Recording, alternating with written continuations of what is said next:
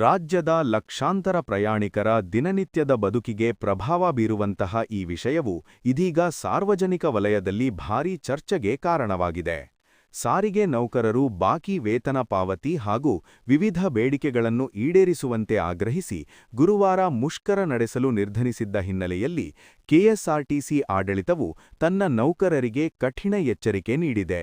ಬೆಂಗಳೂರು ಚಲೋ ಪ್ರತಿಭಟನೆಯಲ್ಲಿ ಭಾಗವಹಿಸಬಾರದು, ಯಾವುದೇ ರೀತಿಯ ಮುಷ್ಕರ ಅಥವಾ ಕರ್ತವ್ಯ ನಿರಾಕರಣೆ ನಡೆಯಬಾರದು ಎಂದು ನಿಗಮವು ಸ್ಪಷ್ಟವಾಗಿ ಸೂಚನೆ ನೀಡಿದೆ. ಈ ಬೆಳವಣಿಗೆ ಒಂದು ಸರಳ ಸುದ್ದಿಯಾಗಿಲ್ಲ. ಇದು ಸರ್ಕಾರ, ಸಾರ್ವಜನಿಕ ಸಾರಿಗೆ ಸಂಸ್ಥೆಗಳು, ನೌಕರ ಸಂಘಟನೆಗಳು ಮತ್ತು ಸಾಮಾನ್ಯ ಜನರು ಎಲ್ಲರಿಗೂ ಸಂಬಂಧಿಸಿದ ಸೂಕ್ಷ್ಮ ವಿಷಯವಾಗಿದೆ. ಕಾರಣ, ಕರ್ನಾಟಕದ ಸಾರ್ವಜನಿಕ ಸಾರಿಗೆ ವ್ಯವಸ್ಥೆಯ ಮೇಲೆ ದಿನನಿತ್ಯ ಲಕ್ಷಾಂತರ ಜನರು ಅವಲಂಬಿತರಾಗಿದ್ದಾರೆ.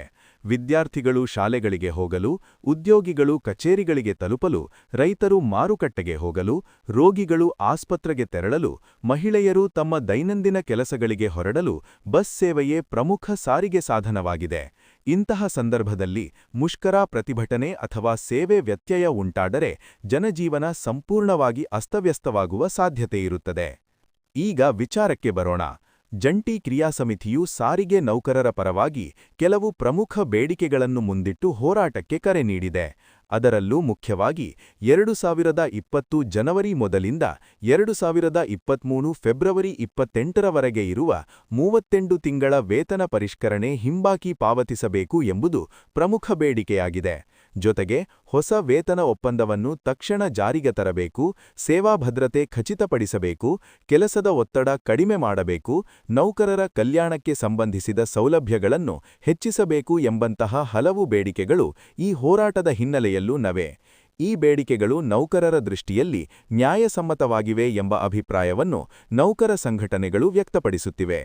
ಇದೇ ಕಾರಣದಿಂದಾಗಿ ಗುರುವಾರ ಬೆಂಗಳೂರು ಚಲೋ ಎಂಬ ಮಹತ್ವದ ಪ್ರತಿಭಟನೆ ನಡೆಸಲು ಜಂಟಿ ಕ್ರಿಯಾ ಸಮಿತಿಯು ಕರೆ ನೀಡಿತ್ತು. ಈ ಕರೆ ಹಿನ್ನೆಲೆ ರಾಜ್ಯದ ವಿವಿಧ ಭಾಗಗಳಿಂದ ನೌಕರರು ಬೆಂಗಳೂರಿಗೆ ತೆರಳಿ ಸರ್ಕಾರದ ಮೇಲೆ ಒತ್ತಡ ಹೇರಲು ಯೋಜನೆ ರೂಪಿಸಿದ್ದರು ಎಂಬ ಮಾಹಿತಿ ಹರಡಿತ್ತು. ಇದರಿಂದಾಗಿ ಸಾರ್ವಜನಿಕ ವಲಯದಲ್ಲಿ ಗುರುವಾರ ಬಸ್ ಓಡುತ್ತವೆಯೇ, ಸಂಚಾರ ಸ್ಥಗಿತವಾಗುತ್ತದೆಯೇ, ಪ್ರಯಾಣಕ್ಕೆ ಪರ್ಯಾಯ ವ್ಯವಸ್ಥೆ ಬೇಕೇ ಎಂಬಂತಹ ಪ್ರಶ್ನೆಗಳು ಉದ್ಭವಿಸಿವೆ. ಅನೇಕರು ಈಗಾಗಲೇ ತಮ್ಮ ದಿನನಿತ್ಯದ ಪ್ರಯಾಣದ ಬಗ್ಗೆ ಆತಂಕ ವ್ಯಕ್ತಪಡಿಸಿದ್ದಾರೆ. ಈ ಸಂದರ್ಭದಲ್ಲಿ ಕೆಎಸ್ಆರ್ಟಿಸಿ ಆಡಳಿತವು ಸ್ಪಷ್ಟ ನಿಲುವು ಪ್ರಕಟಿಸಿದೆ. ನಿಗಮದ ಆಡಳಿತವು ನೌಕರರಿಗೆ ಕಠಿಣ ಎಚ್ಚರಿಕೆ ನೀಡಿದ್ದು, ಯಾವುದೇ ರೀತಿಯ ಮುಷ್ಕರ, ಪ್ರತಿಭಟನೆ ಅಥವಾ ಸಾರಿಗೆ ವಿರೋಧಿ ಚಟುವಟಿಕೆಯಲ್ಲಿ ಭಾಗವಹಿಸಬಾರದು ಎಂದು ಸೂಚಿಸಿದೆ. ಬೆಂಗಳೂರು ಚಲೋ ಕಾರ್ಯಕ್ರಮದಲ್ಲಿ ಭಾಗವಹಿಸಬಾರದು ಎಂದು ಸ್ಪಷ್ಟವಾಗಿ ತಿಳಿಸಲಾಗಿದೆ. ಕರ್ತವ್ಯಕ್ಕೆ ಗೈರು ಹಾಜರಾದರೆ ನೋ ವರ್ಕ್ ನೋ ಪೇ ನಿಯಮವನ್ನು ತಕ್ಷಣ ಜಾರಿಗೆ ತರಲಾಗುತ್ತದೆ ಎಂದು ನಿಗಮವು ಘೋಷಿಸಿದೆ. ಅಂದರೆ ಕೆಲಸಕ್ಕೆ ಹಾಜರಾಗದ ದಿನಗಳಿಗೆ ಯಾವುದೇ ವೇತನ ನೀಡಲಾಗುವುದಿಲ್ಲ. ಇದು ನೌಕರರಿಗೆ ದೊಡ್ಡ ಎಚ್ಚರಿಕೆಯಾಗಿ ಪರಿಗಣಿಸಲಾಗಿದೆ. ಇದಲ್ಲದೆ ನಿಗಮವು ತನ್ನ ಎಲ್ಲಾ ವಿಭಾಗೀಯ ನಿಯಂತ್ರಕರು, ಡಿಪೋ ವ್ಯವಸ್ಥಾಪಕರು ಮತ್ತು ಹಿರಿಯ ಅಧಿಕಾರಿಗಳಿಗೆ ವಿಶೇಷ ಸೂಚನೆ ನೀಡಿದೆ. ಯಾವ ಸಂದರ್ಭದಲ್ಲೂ ಸಾರ್ವಜನಿಕರಿಗೆ ಬಸ್ ಸಂಚಾರದಲ್ಲಿ ವ್ಯತ್ಯಯ ಉಂಟಾಗಬಾರದು ಎಂಬುದು ಮೊದಲ ಆದ್ಯತೆ ಎಂದು ಹೇಳಲಾಗಿದೆ. ಅಗತ್ಯವಿದ್ದರೆ ಹೆಚ್ಚುವರಿ ಸಿಬ್ಬಂದಿಯನ್ನು ನಿಯೋಜಿಸಬೇಕು, ಬದಲಿ ಚಾಲಕರು ಮತ್ತು ನಿರ್ವಾಹಕರನ್ನು ಸಿದ್ಧವಾಗಿಡಬೇಕು, ಡಿಪೋ ಮಟ್ಟದಲ್ಲಿ ವಿಶೇಷ ಮೇಲ್ವಿಚಾರಣೆ ಮಾಡಬೇಕು ಎಂದು ಆದೇಶ ನೀಡಲಾಗಿದೆ.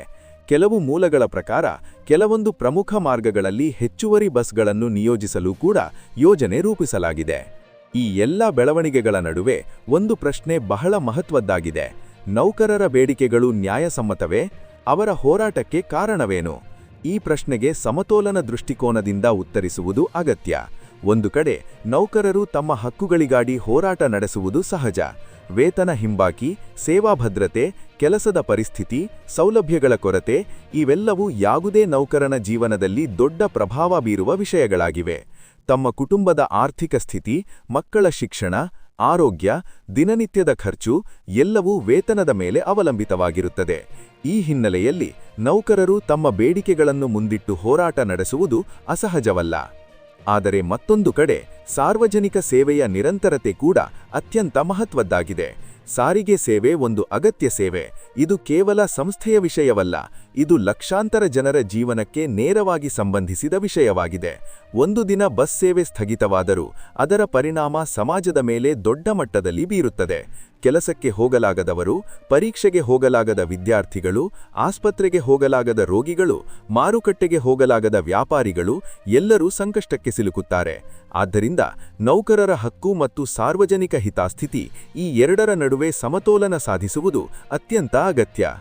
ಈ ಹಿನ್ನೆಲೆಯಲ್ಲಿ ಕೆಎಸ್ಆರ್ಟಿಸಿ ಆಡಳಿತವು ಸಂವಾದದ ಮೂಲಕ ಸಮಸ್ಯೆ ಪರಿಹಾರಕ್ಕೆ ಒತ್ತು ನೀಡಬೇಕು ಎಂಬ ಅಭಿಪ್ರಾಯವು ಸಾರ್ವಜನಿಕ ವಲಯದಲ್ಲಿ ಕೇಳಿಬರುತ್ತಿದೆ. ನೌಕರರ ಬೇಡಿಕೆಗಳನ್ನು ಸಂಪೂರ್ಣವಾಗಿ ನಿರ್ಲಕ್ಷ್ಯ ಮಾಡುವುದು ಸರಿಯಲ್ಲ, ಹಾಗೆಯೇ ಸಾರ್ವಜನಿಕ ಸೇವೆಯನ್ನು ಸ್ಥಗಿತಗೊಳಿಸುವ ರೀತಿಯ ಹೋರಾಟವು ಸಮರ್ಥನೀಯವಲ್ಲ ಎಂಬ ಅಭಿಪ್ರಾಯವನ್ನು ಅನೇಕರು ವ್ಯಕ್ತಪಡಿಸುತ್ತಿದ್ದಾರೆ. ಸರ್ಕಾರ, ಸಾರಿಗೆ ಇಲಾಖೆ ಮತ್ತು ನೌಕರ ಸಂಘಟನೆಗಳು ಪರಸ್ಪರ ಮಾತುಕತೆ ನಡೆಸಿ ಸಮಸ್ಯೆಗಳಿಗೆ ಶಾಶ್ವತ ಪರಿಹಾರ ಕಂಡುಕೊಳ್ಳುವುದು ಅತ್ಯಗತ್ಯ. ಈಗ ಪ್ರಯಾಣಿಕರ ದೃಷ್ಟಿಯಿಂದ ನೋಡಿದರೆ ಅವರಲ್ಲಿ ಗೊಂದಲ ಸಹಜವಾಗಿದೆ. ಗುರುವಾರ ಬಸ್ ಸೇವೆ ಇರುತ್ತದೆಯೇ? ಪರ್ಯಾಯ ವ್ಯವಸ್ಥೆ ಬೇಕೇ? ಆಫೀಸ್ ಅಥವಾ ಕಾಲೇಜಿಗೆ ಹೇಗೆ ಹೋಗುವುದು ಎಂಬಂತಹ ಪ್ರಶ್ನೆಗಳು ಹಲವರ ಮನಸ್ಸಿನಲ್ಲಿ ಮೂಡಿವೆ. ಕೆಎಸ್ಆರ್ಟಿಸಿ ಅಧಿಕಾರಿಗಳು ನೀಡಿರುವ ಮಾಹಿತಿ ಪ್ರಕಾರ ಬಸ್ ಸೇವೆ ಸಾಮಾನ್ಯ ದಿನಗಳಂತೆ ಮುಂದುವರಿಯುವ ನಿರೀಕ್ಷೆಯಿದೆ. ಯಾವುದೇ ಅನಿರೀಕ್ಷಿತ ಬೆಳವಣಿಗೆ ನಡೆದರೂ ತಕ್ಷಣವೇ ಅಧಿಕೃತ ಮಾಹಿತಿ ನೀಡಲಾಗುತ್ತದೆ ಎಂದು ನಿಗಮ ತಿಳಿಸಿದೆ. ಆದ್ದರಿಂದ ಪ್ರಯಾಣಿಕರು ವದಂತಿಗಳಿಗೆ ಕಿವಿಗೊಡದೆ ಅಧಿಕೃತ ಪ್ರಕಟಣೆಗಳನ್ನೇ ಅನುಸರಿಸುವುದು ಅತ್ಯಂತ ಮುಖ್ಯ. ಇಂತಹ ಸಂದರ್ಭಗಳಲ್ಲಿ ಸಾಮಾಜಿಕ ಮಾಧ್ಯಮಗಳಲ್ಲಿ ಹರಡುವ ಅನಧಿಕೃತ ಮಾಹಿತಿಯು ಗೊಂದಲ ಹೆಚ್ಚಿಸಬಹುದು. ಕೆಲವರು ಉದ್ದೇಶಪೂರ್ವಕವಾಗಿ ತಪ್ಪು ಮಾಹಿತಿ ಹರಡಬಹುದು.